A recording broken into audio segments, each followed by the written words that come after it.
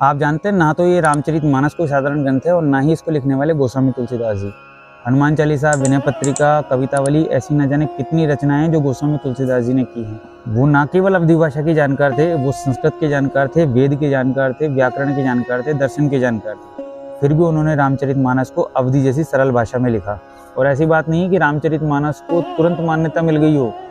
कई विद्वान उस समय तुलसीदास जी के पक्ष में नहीं थे, इस रचना के पक्ष में नहीं थे, लेकिन उन्होंने किसी का विरोध नहीं किया, क्योंकि विद्वत्ता जो होती है ना, वो हमेशा कभी भी शब्दों से नहीं झलकती। वो विद्वत्ता हमेशा झलकती है आपकी विनम्रता से। उन्होंने तो सिर्फ इतना कहा कि ये मैंने धर्म शास्त्र सम्मत लिखा है। और सबसे बड़ी बात यह है कि इतना बड़ा ग्रंथ लिखने के बावजूद भी तुलसीदास जी लिखते हैं, कभी तो विवेक एक नहीं मोरे, सत्य कहूँ लिखी कागज कोरे। तो बोले मुझे काव्य संबंधी ज्ञान तो मुझ में है ही नहीं, और ये मैं कोरे कागज पर सत्यपूर्वक लिख करके कहता हूँ। मतलब ये भाव तुलसीदास जी के अज्ञान को नहीं दर्शाता है, ये भाव उनकी विनम्रता को दर्शाता है, उनकी निरहंकारिता को दर्शाता है, ईश्वर के प्रति समर्पण के भाव को दर्शाता है।